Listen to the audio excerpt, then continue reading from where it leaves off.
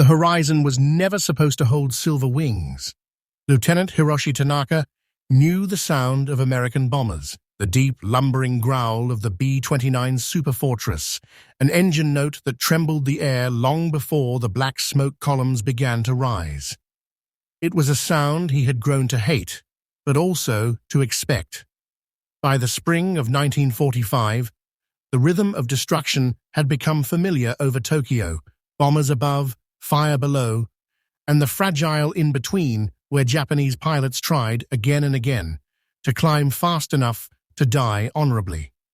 That morning, he and his squadron launched from Chofu Airfield, 30 kilometers west of the capital. Their fuel tanks were half empty before they cleared the bay. The sky shimmered with heat from the burning city, a distorted ocean of air. Below, Tokyo was a grid of ash and flame, but above was still supposed to belong to them. Tanaka pushed the throttle of his Mitsubishi A6M0, feeling the familiar strain of its old engine, the metal vibrating under his boots. He sighted the bombers ahead, a formation of 30, maybe 40, heading northeast after their drop. Standard pattern. He leveled his gun sight. But then he saw something that should not have been there. At first, they looked like reflections, flashes of light, tiny crescents of silver dancing at the bomber's flanks. Then they moved, cutting through the air with a grace unlike anything he had seen in the Pacific. Sleek, narrow, fast. They weren't bombers, they weren't Japanese. They were escorting the B-29s home. Tanaka blinked hard, thinking perhaps it was the smoke. But the radio crackled with alarmed voices. Men shouting, disbelieving, "Eigo no Sentokida! Escort fighters!" The impossible had happened. The Americans had brought fighters, P-51 Mustangs, all the way from the Marianas to Tokyo. Tanaka dove, firing reflexively. One of the silver planes turned to meet him, rolling with such effortless precision it seemed to dance rather than fight. The Mustang's guns flashed, tracers slicing past. In that instant, Tanaka understood what every Japanese pilot would come to know in the final months of the war. The sky itself was no longer theirs. That sound, the thin rising hum of the Mustang's Merlin engine, would haunt him for decades. To understand why the sight of the P-51 Mustangs over Tokyo shocked Japan's airmen so deeply, one must first step into the world they believed they knew, the world of Japanese air superiority that had once ruled the Pacific. Only 3 years earlier, in 1942, the A6M0 had been a symbol of invincibility. Light, agile, and deadly in the right hands, it had dominated the early skies from the Philippines to the Coral Sea.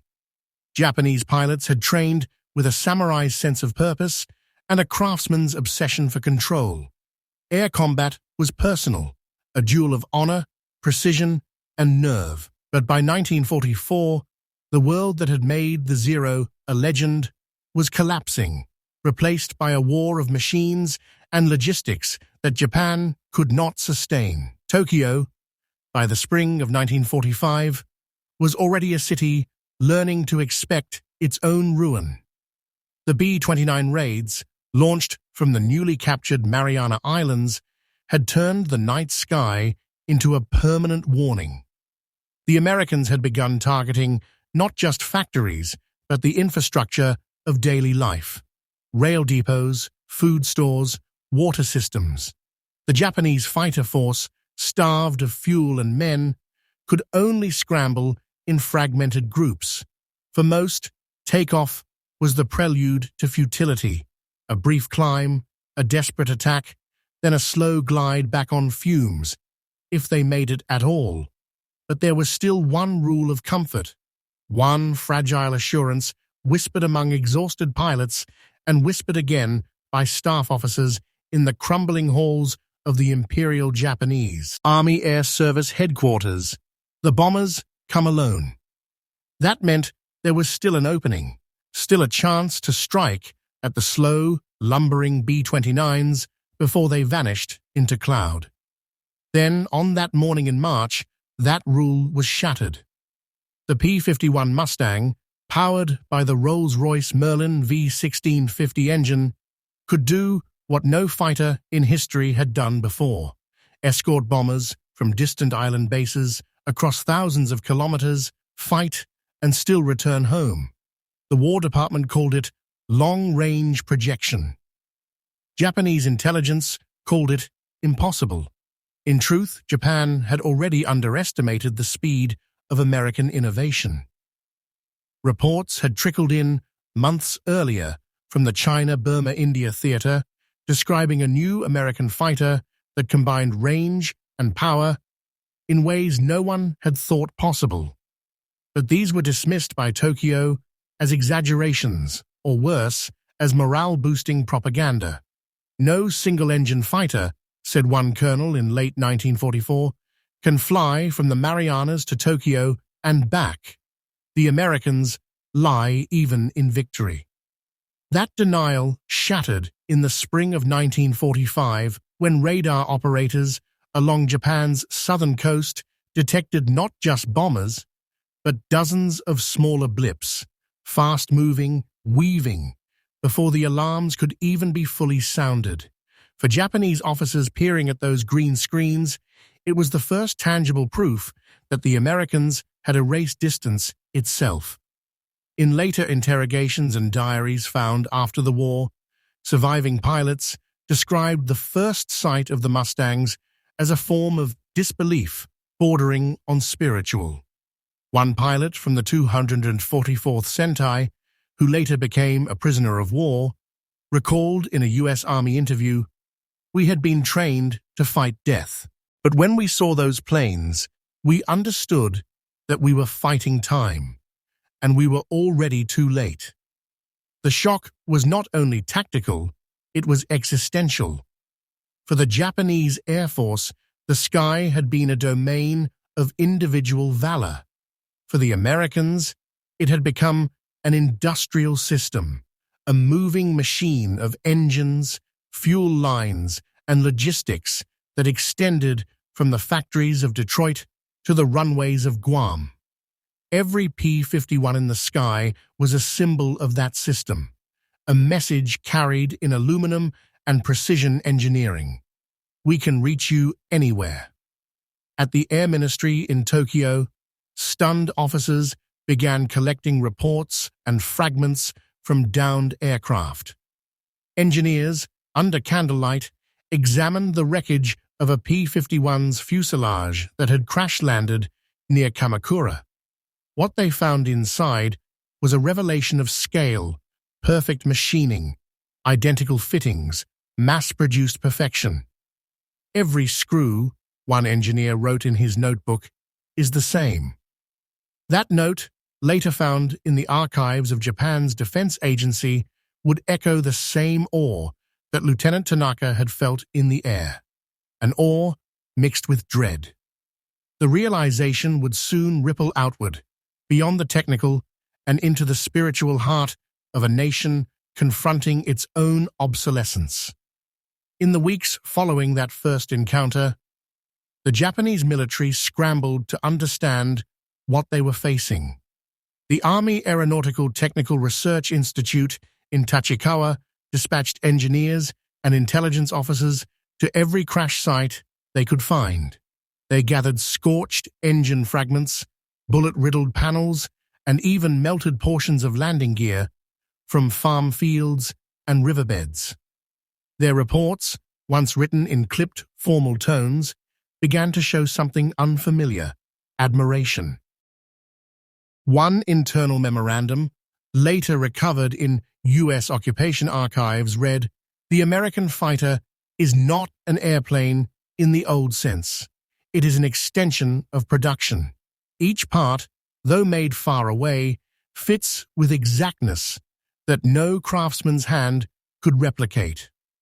To a nation that still prided itself on the artisan's touch, the words carried quiet devastation. Meanwhile, the War Department's own memos, later declassified, revealed that the Americans fully understood the psychological power of such encounters. A March 1945 directive stated, "The enemy must see that range and precision are no longer separate virtues. We project both." For the pilots who flew those missions, the P-51 was not merely a fighter, it was a messenger. In the ruins of Tokyo, the message was received. When the March 9-10 firebombing raid reduced large sections of the city to ashes, surviving pilots and civilians alike gazed upward, not only at the bombers, but at the thin, silver guardians darting among them, protectors that never should have been able to fly so far. The sky had become a showcase for the scale of American capability. Each Mustang traced invisible lines back to the industrial heart of the United States, back to Detroit, Dallas, and Inglewood, where factories worked 3 shifts under fluorescent light to forge the same pistons, same frames, same wings, again and again. To the Japanese, it was incomprehensible. In their own factories, each aircraft was still a child of handcraft, a machine touched by hundreds of individual workers, each improvising slightly in assembly. But the P-51 represented something else, the perfection of repetition. Captured diaries from Japanese airmen tell of this revelation spreading like a contagion. "It is not that they have more planes," one pilot wrote in late March. "It is that they have made the plane into a process. Even if one burns, another rises instantly to take its place." In the midst of this, a quiet shift occurred within Japan's propaganda machinery. Until then, official broadcasts described the American enemy as soft, mechanized, soulless. But as the Mustang raids continued, a subtle fear crept in, the recognition that the very soullessness Japan mocked might be its greatest weapon. The Psychological Warfare Division of the U.S. Army noted this in its 1945 briefings. "The Japanese officers," one report read, "display a deep fascination with our mechanical systems, often to the point of reverence. They see in our machines not only strength, but inevitability." For the Americans, this psychological break was part of the larger design. Escorting bombers across such distances wasn't only a tactical decision, it was theater. It proved that the Pacific was no longer vast enough to protect the empire, that geography itself had become obsolete. By May 1945, Japanese morale reports, intercepted through intelligence channels, showed an erosion of faith not only in victory but in effort. "If they can build this," one officer wrote bitterly, "then what can we do but die well?" In later interviews, Allied interrogators noted how often the word machine appeared in Japanese descriptions of the Mustang. One translated transcript preserved at the National Archives quotes a captured lieutenant. "They fight with machines, but the machines are made with the devotion we were told only we possessed." It was a paradox that Tokyo could neither ignore nor resolve. The empire had built its ideology on the sanctity of spirit, Yamato Damashi, but now faced an enemy whose power came from the sanctity of system. In the months that followed, as Japan's air defenses thinned and fuel vanished, that paradox became unbearable. The few surviving pilots flew on not because they believed they could win, but because they could not accept what the Mustang symbolized, that the war had shifted from courage to capacity, from honor to output. The descent into that realization, the moment when pilots like Hiroshi Tanaka understood that valor alone could not outfly the machine, was only beginning. April 1945.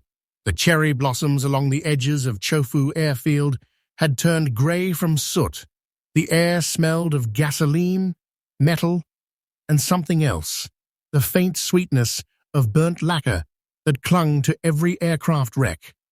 Lieutenant Hiroshi Tanaka walked between rows of skeletal Zeros, each one stripped for parts, their skin peeled back to reveal ribs and spars like the bones of extinct creatures. The once proud fighter base of the Imperial homeland now looked more like a graveyard. Tanaka's flight logbook had become almost ritualistic, short notes, never reflections. Engaged 2 B-29s, broke formation, fuel insufficient, returned 11:20. The pages read like a drumbeat of failure. Yet each morning he strapped himself in again, chasing the sky that had betrayed him. He remembered vividly the first time he had truly seen a Mustang up close, or what was left of one. It had crashed near Kawagoe, its pilot killed instantly, the aircraft inverted in a rice field. A team of engineers arrived to study it, but Tanaka lingered after they left. He crouched beside the broken propeller and ran his hand along the metal, astonished by its polish, even after fire. It was like touching the surface of inevitability. That night, in the barracks, he told his squadron that the Mustang was not merely an aircraft. "It is a sword with no hand," he said quietly. "It cuts by itself." The others laughed uneasily, but no one contradicted him. They all knew what he meant. The Japanese airmen's belief in individual mastery, in the pilot as the perfect union of man and machine, was collapsing. The Americans had severed that union. The P-51 was so efficient, so self-contained, that it seemed to remove the human from combat entirely. Where a Zero pilot had to coax and balance his aircraft through instinct, the Mustang's controls felt automatic, precise, engineered for endurance rather than art. Every time the air raid sirens sounded, Tanaka felt that difference, like a wound. His Zero shook with every burst of power, its engine coughing black smoke as it climbed. But the Mustangs that cut across his path flew as if carried by invisible hands, smooth, stable, unyielding. Even their guns fired with a rhythm that was mechanical, not desperate. One afternoon, as Tanaka prepared for yet another interception mission, his commander handed him a half-burned manual recovered from an American pilot's parachute bag. The cover read, "Pilot's Training Course, P-51 Mustang, 20th Fighter Group." Inside, Tanaka found pages of diagrams and mechanical checklists. Every movement, every task had a procedure: pre-flight, warm-up, throttle response check. There were no prayers, no oaths, no talk of spirit, only systems. He sat in silence after reading it. For years he had believed the Japanese advantage lay in courage, that spiritual strength could transcend material weakness. But now, even that belief was eroding. The Mustang was proof that the Americans had built courage into their machines, a courage that did not tire, did not starve, did not fear. The symbolic motif began to crystallize in Tanaka's mind: the hum. The sound of the Mustang's Merlin engine was unlike anything else in the war. It wasn't the growl of the Zero or the thunder of a bomber. It was a constant, unwavering hum, a sound that spoke of control and rhythm. To him, it was the hum of inevitability. He began to hear it even when it wasn't there, in the wind through hangar doors, in the electric buzz of field radios, in his dreams. On one raid, late in April, that hum seemed to fill the entire sky. His squadron scrambled to intercept a formation near Yokohama, and within minutes, the Mustangs appeared. They didn't attack immediately, they herded.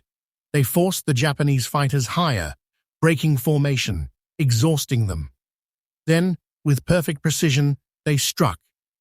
Tanaka watched as his wingman Zero erupted in flame, the pilot's last words lost in static. He dove to escape, feeling the Merlin's song following him down through cloud. When he landed, shaking, the ground crew counted 60 holes in his fuselage. He walked away wordlessly, sat beneath the wing, and listened to the cooling metal tick in the silence. He realized then that he had begun to fear the sound of the sky itself. The descent of morale, like gravity, was unstoppable.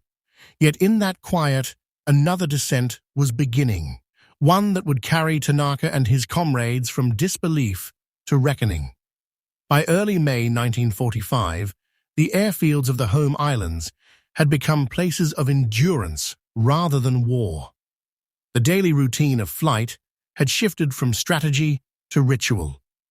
Crews patched planes that would never fly again, wrote names on fuel drums already dry, and spoke in past tense even when referring to tomorrow.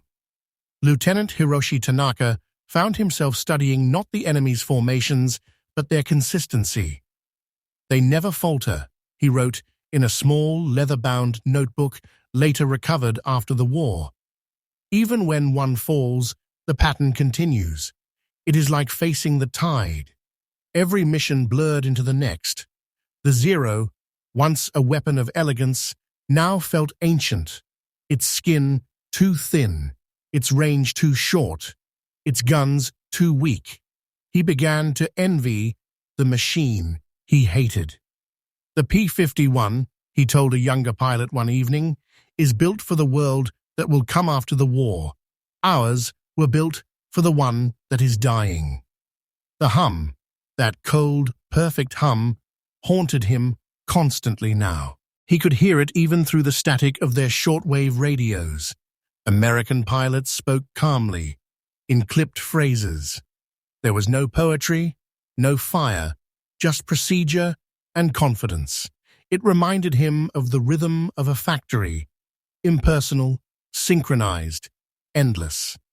Then came the day that solidified the descent, May 18th, 1945, over northern Honshu. Tanaka and 3 surviving squadron members intercepted a returning B-29 group. The Americans, as always, had their guardians. The Mustangs descended from the sun, bright and silver. Tanaka felt his mouth go dry as he saw the formation of 6 break in unison, their dive impossibly steady. He turned to meet them, climbing too steeply, his Zero trembling with the strain. The first burst of tracer fire grazed his wing. The second struck his engine. Smoke filled the cockpit. He cut the power, diving toward the coastline. As he spiraled downward, a Mustang flew alongside him for a moment, not firing. Tanaka caught a brief glimpse of the pilot's face, pale behind his oxygen mask, eyes fixed forward. Then, with a slight roll of the wings, the American peeled away and vanished into the clouds. It wasn't mercy, it was efficiency. The Mustang had no need for sentiment.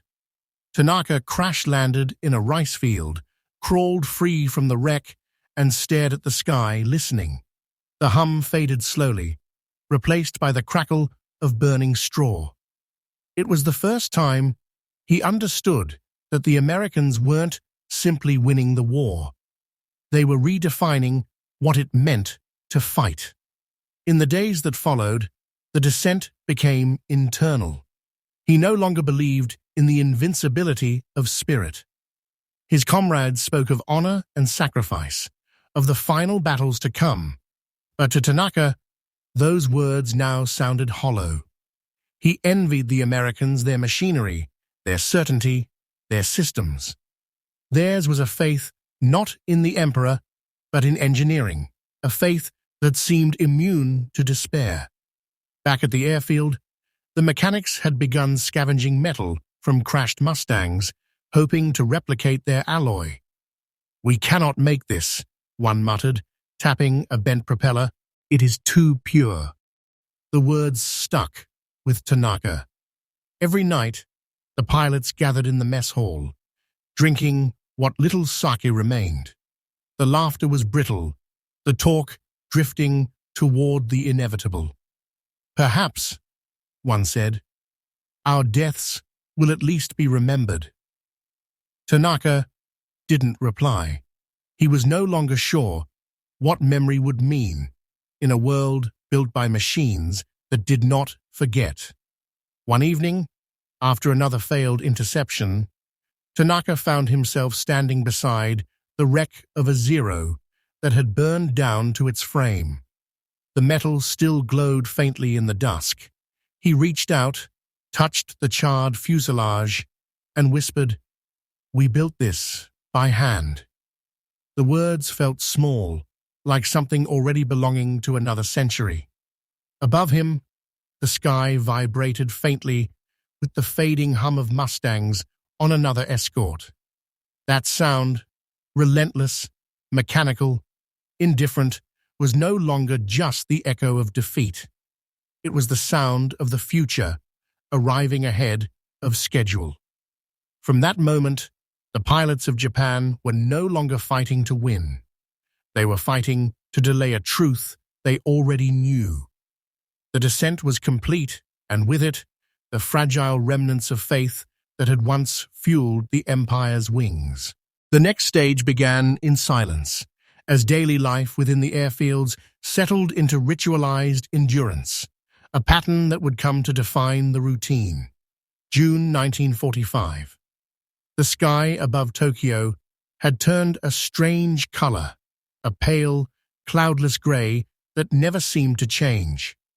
For the pilots of the 47th Sentai, days no longer passed by missions or victories, but by sound, the distant thunder of American engines, the whistle of falling bombs, and the hum of Mustangs patrolling the edges of invisibility.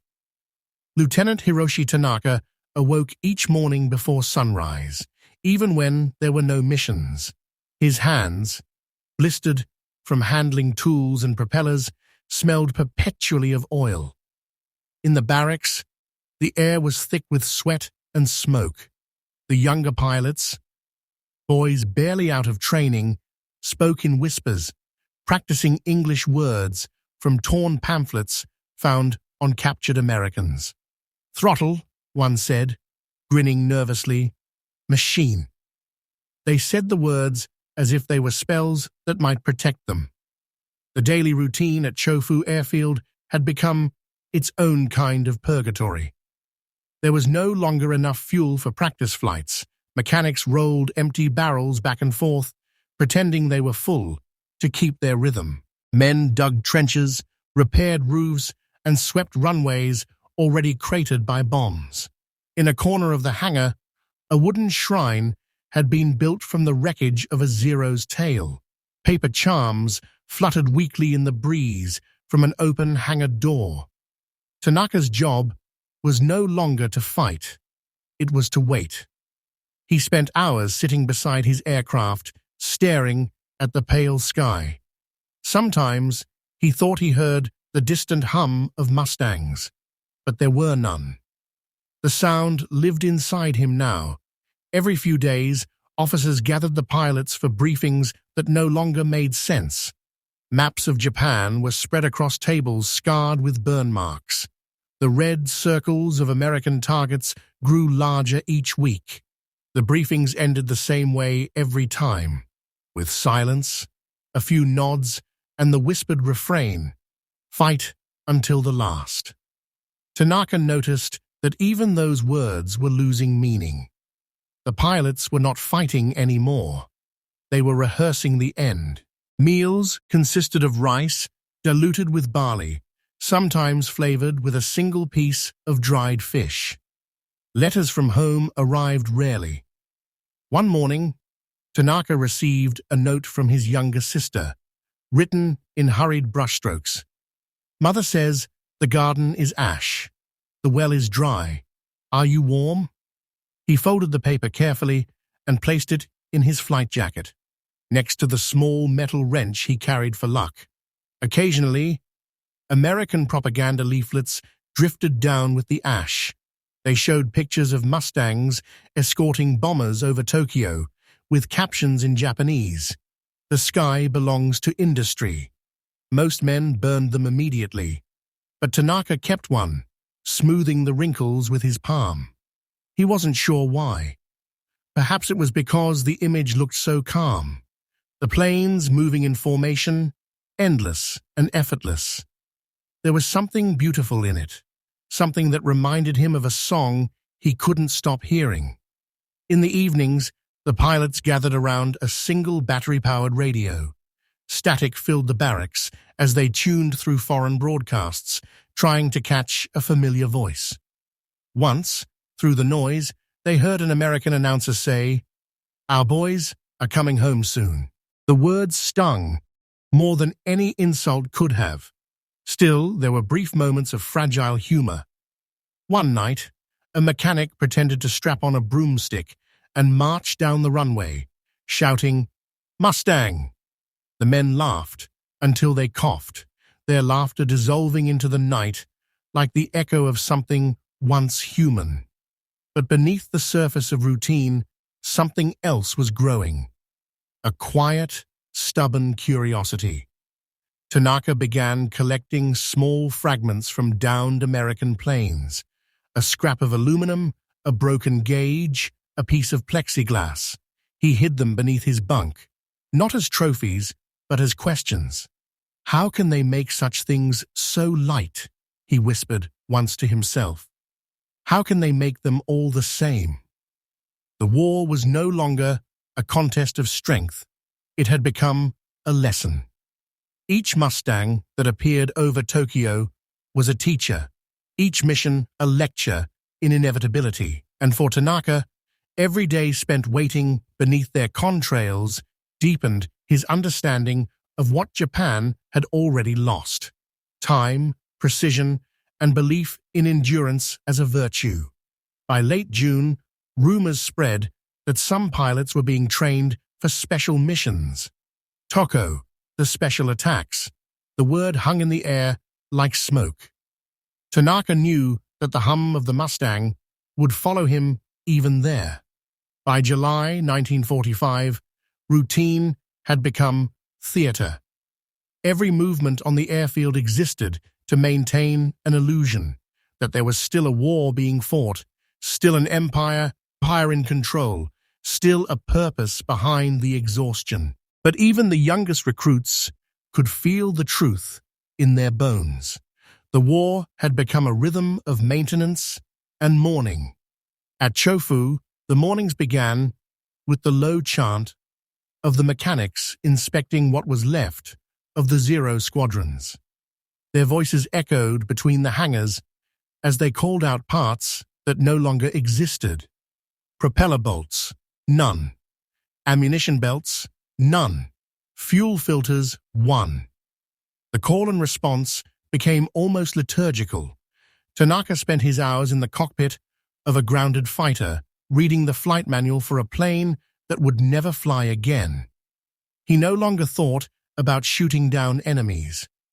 Instead, he studied the language of controls, the diagrams, the cold precision of English words.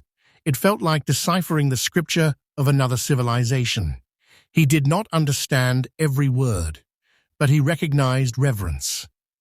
The other pilots filled the silence with superstition. Some wore small charms carved from the aluminum of wrecked planes, believing the foreign metal might lend them strength. Others refused to eat before missions, hoping hunger would make them lighter in the air. Tanaka did neither. His faith had migrated elsewhere, to the machines themselves, to the idea that the future belonged to those who could build such perfection. Sometimes, late at night, he slipped away to the maintenance sheds, where damaged Mustang parts were stored for study. Under the dim light of an oil lamp, he traced the rivets of a recovered wing panel, marveling at how uniform they were. Each one was identical, as if stamped from a single eternal pattern. He couldn't help but imagine the factories that must have produced them, vast places where men and women worked in shifts around the clock, guided not by instinct, but by measurement. In his diary, Tanaka wrote a single sentence that would later be quoted in the archives of the U.S. Army Air Forces: "Their courage is not in the heart, but in the line." He meant the assembly line. To him, the Mustang symbolized an entirely new form of war, one where courage was manufactured, distributed, and sustained by process rather than passion. Outside the base, life was collapsing in equal rhythm. The villagers near Chofu no longer looked up when the sirens wailed. Children played among the ruins of burned homes. Farmers plowed with pieces of aircraft metal, the ground glinting with reminders of the sky's endless reach. One afternoon, while scavenging for spare radio parts, Tanaka overheard a conversation between two maintenance officers. They spoke in low tones, unaware he was listening. "Even if we could match their planes," one said, "we cannot match their pace. Their factories are the real bombers." That phrase stayed with him. The real bombers. Not the B-29s or the Mustangs, but the factories that built them. The pulse behind the hum. As the month dragged on, the special attack units were formalized. Volunteers were called forward in ceremonies that felt more like funerals. Men bowed, offered their lives, and received headbands inscribed with hissho, certain victory. Tanaka was not chosen. He felt both relief and shame. To die for nothing was senseless, but to live without purpose felt worse. The hum of American aircraft became a daily soundtrack. Even when the raids did not come, their sound lived in the air like a ghost. The mechanics said it was the wind moving through the hangars, but Tanaka knew better. It was the sound of inevitability, returning each day to remind them that the war had already been decided elsewhere, in the math of production, in the cold glow of distant factories. By August, the pattern was complete. The base had turned into a waiting room for defeat. Letters from command stopped coming. Radios filled with static. The men stopped saluting as often. And yet, amid that decay, a strange peace settled over Tanaka. He no longer believed in victory or even survival, but in understanding. "If we lose," he wrote, "let it be to something greater." That something greater was already descending from the skies. Soon, the hum would give way to silence, the silence that follows revelation. It was that silence that set the stage for the turning point. August 6, 1945. The air over Tokyo carried no warning that morning, only the faint tremor of heat and the echo of sirens that never came. Tanaka sat on the wing of a grounded Zero, watching a sky that felt too bright for war. The world had been reduced to fragments of light and rumor. Somewhere far to the west, the city of Hiroshima had vanished. No one at Chofu knew exactly how. The radio transmission was cut short, replaced by the voice of an officer repeating, "An extraordinary weapon, total destruction." That phrase, "extraordinary weapon," traveled through the airbase like an invisible contagion. Some dismissed it as propaganda. Others looked toward the sky with a kind of ancient dread, as though a god had returned. For Tanaka, it marked the beginning of his final conversion. In the following days, the raids continued, but something had changed in their tone. The Mustangs still came, slicing across the sky in elegant formations, but they no longer seemed predatory. They flew with purpose, but without cruelty. Tanaka began to sense a distinction between the men who fought and the civilization that armed them. He thought of the Mustang's polished wings as emissaries of that civilization, precise, efficient, and strangely humane. The bombing of Hiroshima was followed by Nagasaki. Each event broke the structure of belief a little further. The Emperor's voice, heard days later through the static of surrender, became the final fracture. "We must endure the unendurable," he said. Tanaka listened in silence, not to the words, but to the sound, a human voice that carried both divinity and defeat. After the announcement, the base fell into quiet chaos. Some officers wept openly. Others drew their pistols and turned them on themselves. The mechanics sat motionless, their hands still black with oil. Planes that had been prepared for suicide missions were dismantled without ceremony. Tanaka helped lower a fuselage into the dust, the way one might lower a coffin. That night, he stood alone on the runway. The wind carried the smell of burned metal from distant fires. In that stillness, he thought again of the American planes, the way they had flown in perfect lines, their escorts moving like clockwork across the sun. The sight that had once filled him with rage now filled him with awe. How had they achieved such harmony? How could men build machines that seemed more disciplined than the armies who faced them?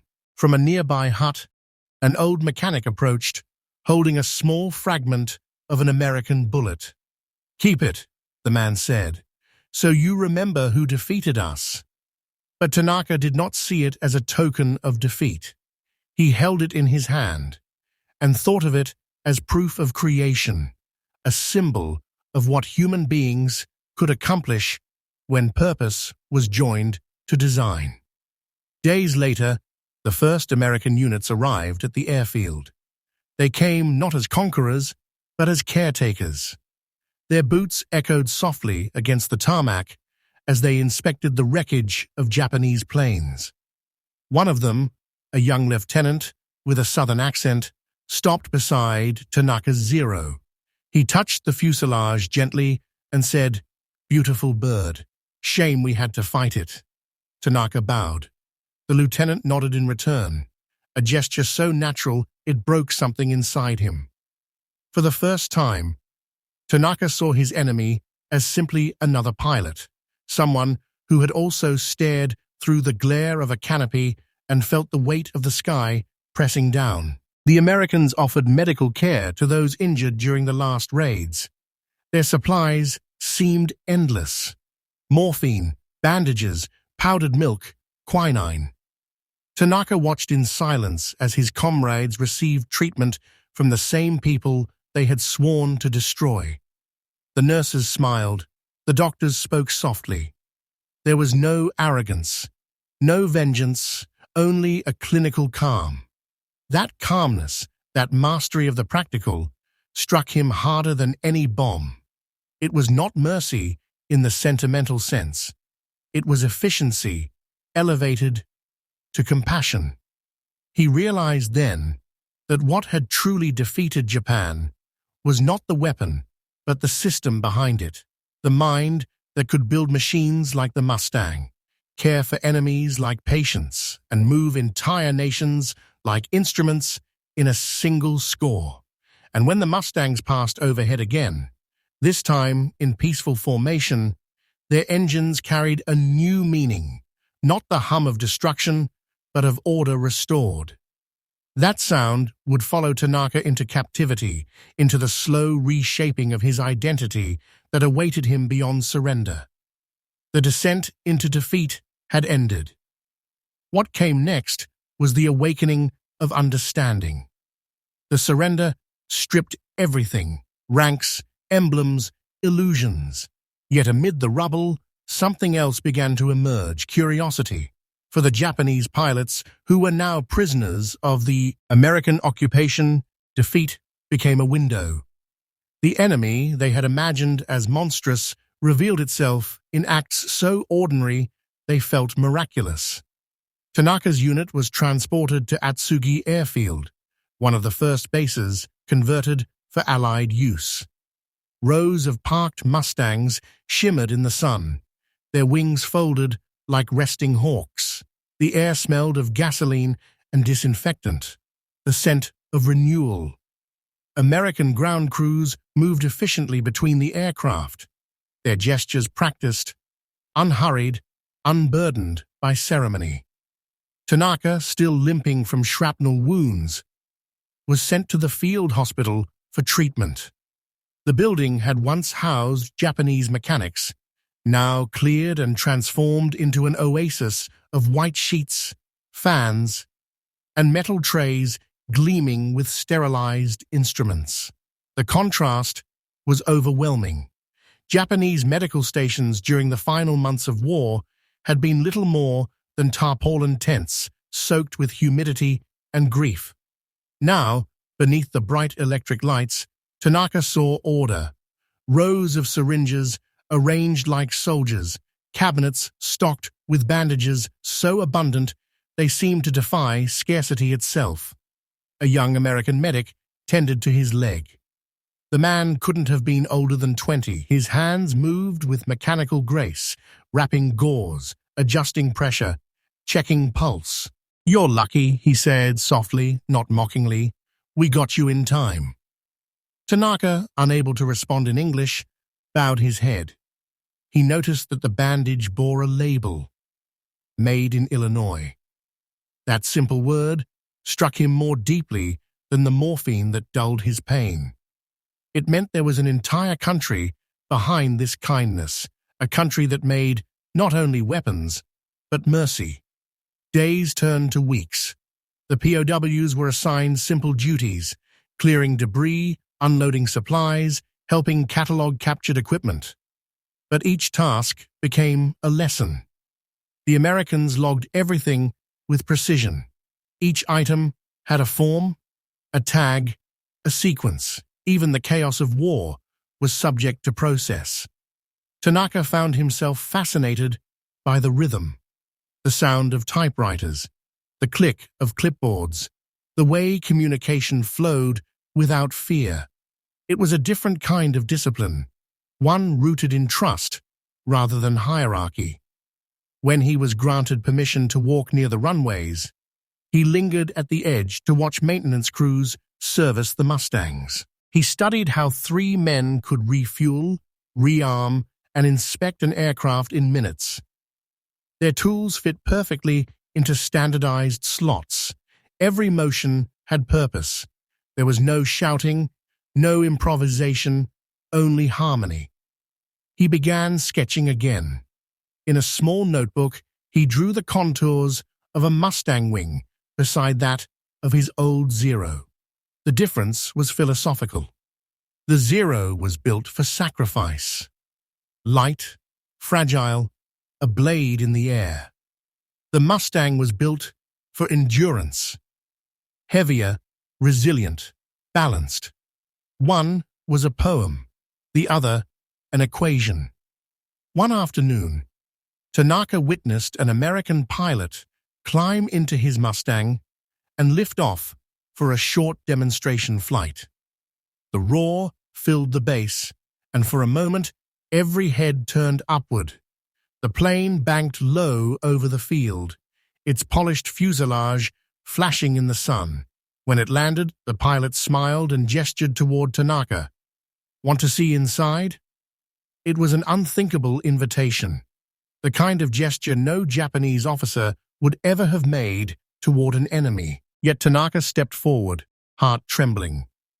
He placed a hand on the cold metal skin of the aircraft and looked into the cockpit.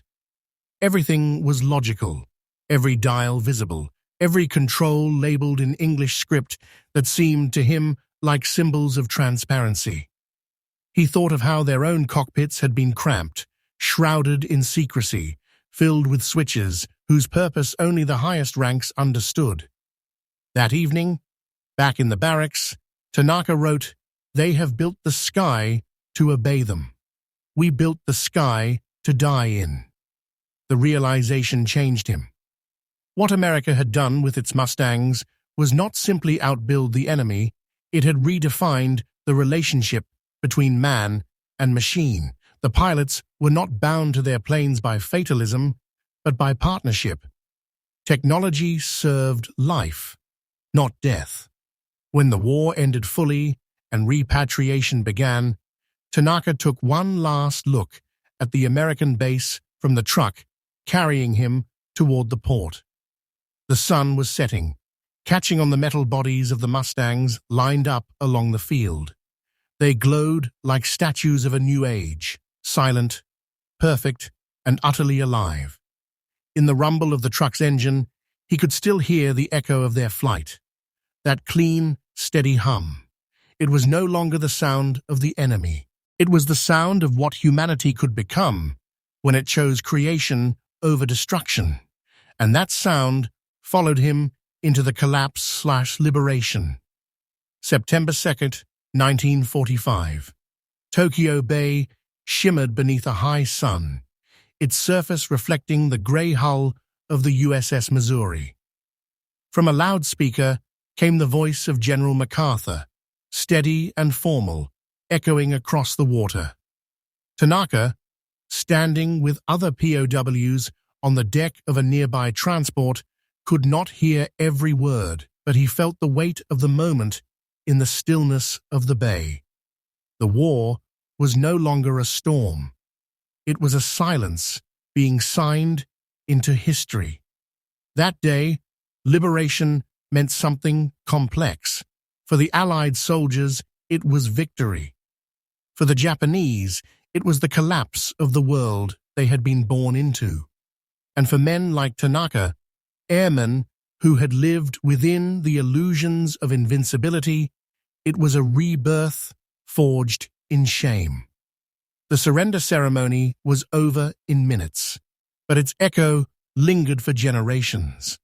In the weeks that followed, occupation became routine. American convoys rolled through shattered cities, their jeeps adorned not with flags of triumph, but with medical insignia and crates of food.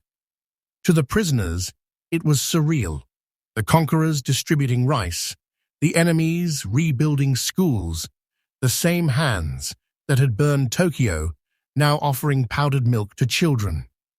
At a processing center near Yokosuka, Tanaka underwent interrogation. The officers treated him with professionalism, questions about aircraft specifications, fuel types, tactics. But what surprised him most was what came after.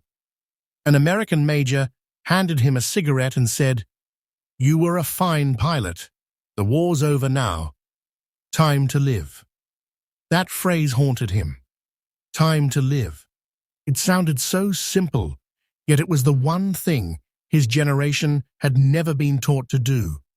When the POWs were moved to a rehabilitation compound in Yokohama, Tanaka began to observe a pattern. The Americans didn't simply guard their prisoners, they educated them. They screened films showing the rebuilding of Germany, the reorganization of Japan's government, and, most astonishingly, the factories of Detroit and Seattle running again at full strength. He watched in stunned silence as the same industrial rhythm that had produced the Mustangs now turned to building tractors, refrigerators, and hospital equipment. It was then he understood. America's victory was not just military, it was civilizational.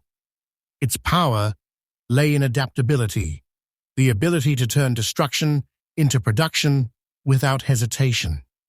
One morning, the guards distributed copies of a small illustrated pamphlet titled The Promise of Peace. It contained photographs of post-war America, hospitals gleaming with stainless steel, doctors tending to veterans, children receiving vaccines in classrooms. To a man who had seen comrades die from infection for lack of antiseptic, it looked like another world. Tanaka spent hours studying those images. The clean uniforms, the ordered shelves of medicine, the quiet confidence of doctors. These were the new weapons of peace. The abundance of medical supplies wasn't simply about healing wounds. It symbolized control over chaos. Later that month, he was taken to assist at an American field clinic that treated both prisoners and civilians. There he saw it firsthand. The endless flow of bandages, sulfur powder, morphine, and surgical tools.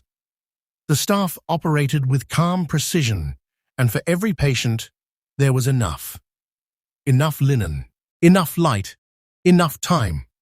It was in that clinic that Tanaka began to sense something deeper stirring within him.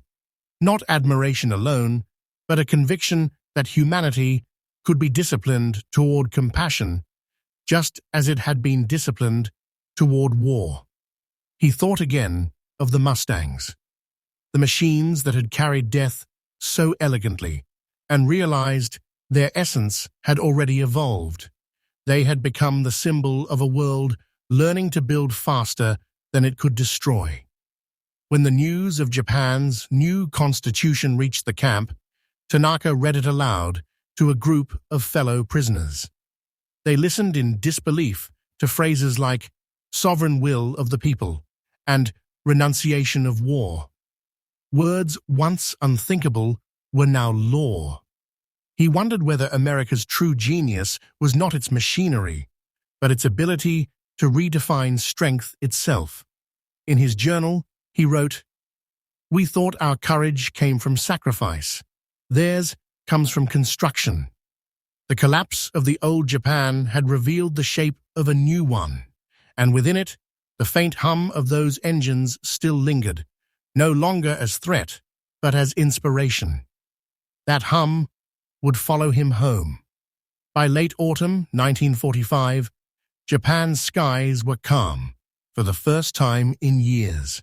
The drone of engines that had once heralded death now announced relief flights, C-47 transports, dropping food, medical kits, and bundles of correspondence for civilians. Tanaka stood near the airfield perimeter at Yokohama, watching the cargo planes circle like white birds. Each descent felt like the arrival of a new world. The Americans called it Operation Blacklist. Its purpose was to restore, not to punish. Under its banners, thousands of Japanese POWs, soldiers, and civilians were reintroduced to the idea of survival. Tanaka and several former airmen were assigned to assist with the unloading of humanitarian supplies, crates marked U.S. Army Medical Department, stamped with foreign cities that sounded mythical. San Francisco, Chicago, Boston. The wooden boxes gave off the smell of fresh pine and disinfectant, a scent that would linger in his memory far longer than the acrid fumes of fuel. Each box they opened revealed a new marvel: glass vials of penicillin, coils of rubber tubing, sterile gauze sealed in wax paper, and cartons of vitamin tablets so numerous they could have supplied an army. To men who had spent the war improvising bandages from torn uniforms, it was nothing short of revelation. One of the younger POWs muttered, This is how they won." Tanaka nodded, knowing it was true. It wasn't only the bombs or the planes, it was this abundance, this mastery over the practical that had decided the outcome long before the guns fell silent. In the clinic, American medics taught the Japanese nurses how to use the supplies. The training sessions were quiet and methodical. Tanaka observed the hands that had once gripped rifles, now demonstrating how to tie off a suture, how to sterilize a wound, how to read a thermometer. The language barrier was bridged by gestures, by calm repetition. Where once orders had been shouted in command, now knowledge was passed through kindness. One evening, a doctor from Ohio explained to a translator that medicine was the opposite of bombing. Tanaka repeated the phrase in Japanese, "Bakudan no hantai." "Isha desu." It sounded like poetry. The opposite of bombing is the doctor. He wrote it in his journal, underlining it twice. Over the weeks, his duties changed from labor to liaison. He helped coordinate the transport of medical materials from Yokohama to inland hospitals. Riding on the back of a supply truck, he passed through villages where people lined the roads to wave at the Americans. Children ran alongside, laughing, reaching out to touch the vehicles. The hatred that once seemed eternal was dissolving into something simpler: gratitude for survival. At one small clinic near Odawara, Tanaka met a Japanese surgeon who had been educated in Germany before the war. The man was visibly shaken as he unpacked crates of American equipment. "This," he said softly, lifting a sealed syringe, "is civilization in a box." Tanaka understood. He no longer saw defeat as humiliation, but as revelation. The enemy's strength was not only its weapons, but its systems, its belief that order could save lives as surely as it could take them. That winter, as snow fell over Tokyo's ruins, the occupation authorities began repatriating prisoners. Tanaka was among them. His uniform was gone, replaced by a plain brown coat. He carried only two things: his flight logbook and the small notebook he had filled with sketches and notes since the war began. Inside were the outlines of Mustangs, fragments of translated English words, and a single dried flower pressed between the pages, given to him by a nurse who had once treated his wound. When the ship departed Yokohama Bay, Tanaka stood on deck, watching the American harbor lights fade behind him. He listened to the rhythmic thrum of the ship's engines, steady, measured, precise. It reminded him of the Mustang's song, that same hum of purpose that had once terrified him. Now, it sounded like progress, like humanity in motion. The collapse was complete, but so was the beginning. Tanaka knew that the world awaiting him in Japan would never resemble the one he left. And perhaps, he thought, that was mercy too. The shoreline disappeared into mist, and with it, the last echo of war. Ahead lay reconstruction, and the long work of remembrance. The story that would become The Aftermath, 1946. The war had ended, but its shadow lingered in every corner of Japan. Cities still bore the skeletal outlines of their destruction. Steel beams twisted into question marks, foundations overgrown with weeds. For the returning soldiers, peace felt heavier than combat. There was no mission now, only the slow reckoning with what had been lost and what remained to be learned. Tanaka returned to his hometown near Nagano, a place that had escaped most of the bombing but not the hunger. His mother had aged 20 years in 4. The family home was intact, but the shelves were bare. When he first arrived, she stared at him silently before whispering, "You lived." He bowed deeply, unable to find words.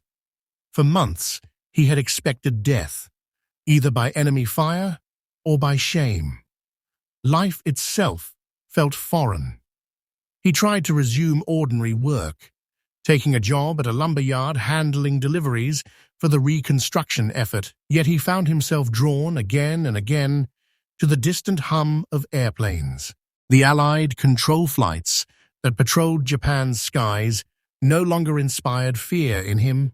Instead, they filled him with a strange sense of reassurance. The sound had become a measure of stability, the heartbeat of a rebuilt nation. In the evenings, Tanaka began volunteering at a small clinic run by a former Army medic. Supplies came through American relief agencies, and the storage rooms brimmed with the same gauze, syringes, and medical kits he had seen in Yokohama. The clinic's head doctor, a man named Ishikawa, had served in Burma and carried a permanent limp. He told Tanaka that healing would be Japan's new form of service. "You flew to protect life once," he said, "but now we protect it here." The statement resonated deeply. The transformation from warrior to healer was not easy, but it gave purpose to the hollow spaces left by surrender. Tanaka's notebooks, once filled with combat diagrams and technical sketches, now became journals of curiosity. He began translating English medical manuals, tracing the diagrams with precision. The way the Americans documented procedures reminded him of flight instructions. Each step measured, numbered, efficient. Surgery and aviation, he realized, were both acts of control over chaos. At night, he sometimes dreamt of the Mustangs again, not diving from the sky, but gliding low across fields of wheat. In the dream, their engines made the same sound as the generators at the clinic, steady, rhythmic, alive. By 1948, Japan's recovery had accelerated. Schools reopened, factories thrummed again, and newspapers began printing stories about a new democracy.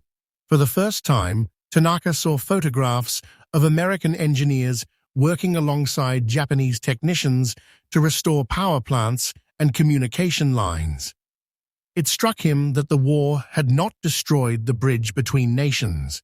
It had built one out of necessity. He began corresponding with an American medic he had met during his captivity, a man named David Harlan from Illinois. Their letters were simple at first, discussing weather, crops, and memories of the field hospital. Over time, they became philosophical. "We all serve something," Harlan wrote once. "Before it was flags. Now it's people." That line stayed with Tanaka for the rest of his life.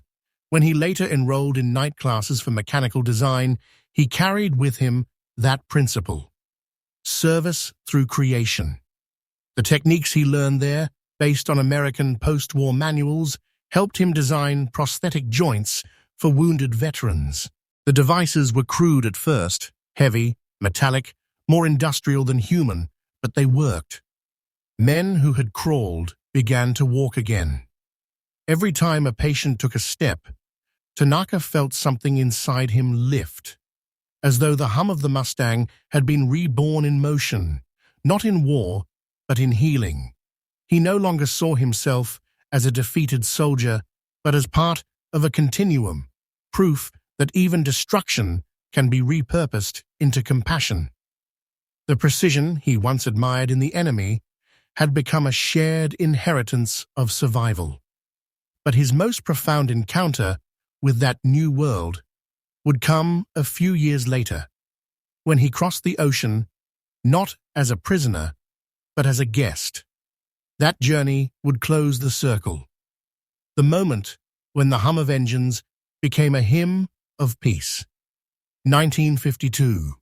The occupation had officially ended, and Japan was free once more, though freedom, Tanaka realized, carried its own form of discipline. The new nation was no longer armed for conquest, but for creation. And within that rebirth, the ghosts of the past had become teachers rather than tormentors. Tanaka's small workshop in Nagano grew into a prosthetics cooperative. His designs, once crude, began to attract attention from Tokyo hospitals. Each new device bore traces of his old obsessions: balance, lift, efficiency, the same aerodynamics that had once guided the curves of a fighter wing. Now, that engineering served to restore movement, not to command it. Patients nicknamed his first model the Walking Wing. That year, he received an unexpected letter on American stationery. It was from David Harlan, the medic who had treated him years earlier in Yokohama. Harlan wrote that he was now a medical engineer at the University of Chicago and that his department was hosting a symposium on post-war rehabilitation technologies. "We'd be honored if you came," the letter read. "We're building something new from what we both survived." For weeks, Tanaka hesitated. Crossing the Pacific to the land of the Mustangs felt almost sacrilegious, as if trespassing into the mythology that had defined his defeat. Yet curiosity, that new courage, prevailed. He arrived in San Francisco in late spring. The air was crisp, the sky impossibly clear. From the airport window, he watched American planes rising effortlessly into the blue, civilian versions of the old warbirds, painted in bright colors, carrying businessmen instead of bombs. The sight moved him to quiet tears. The journey inland was like traveling through an alternate universe. Highways stretched endlessly. Factories pulsed with order and light. The same hum that had filled his nightmares now vibrated beneath everything. The hum of electricity, of engines, of coordinated human intent. America was not simply rich, it was organized. Every object seemed to belong to a larger purpose. At the symposium, Harlan met him at the entrance, smiling with that same calm presence from years before. They spoke haltingly, mixing English and Japanese, but it didn't matter. Some languages are made of recognition, not words. Together they toured the laboratory, long tables covered with medical prototypes, artificial limbs of aluminum and steel.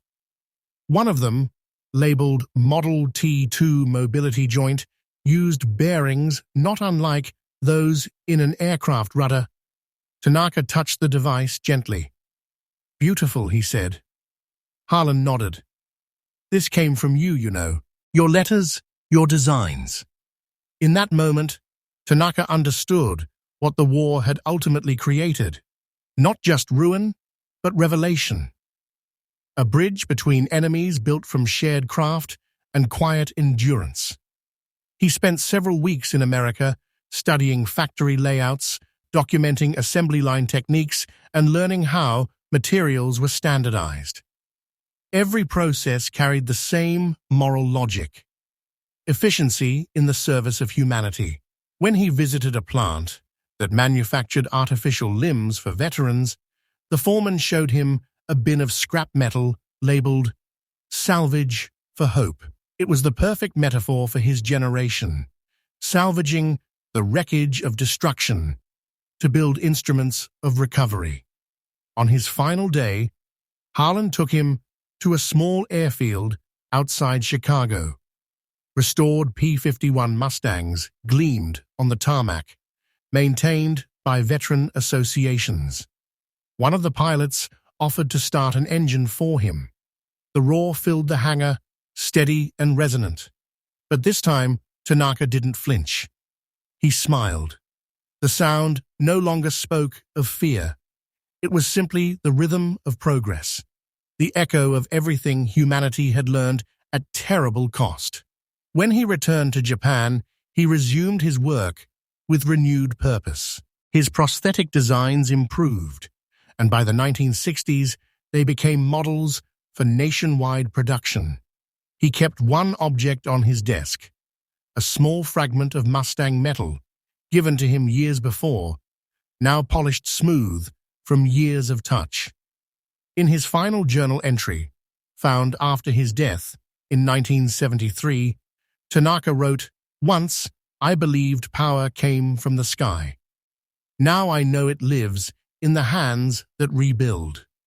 He had come full circle, from the clouds of destruction to the quiet, enduring hum of life restored.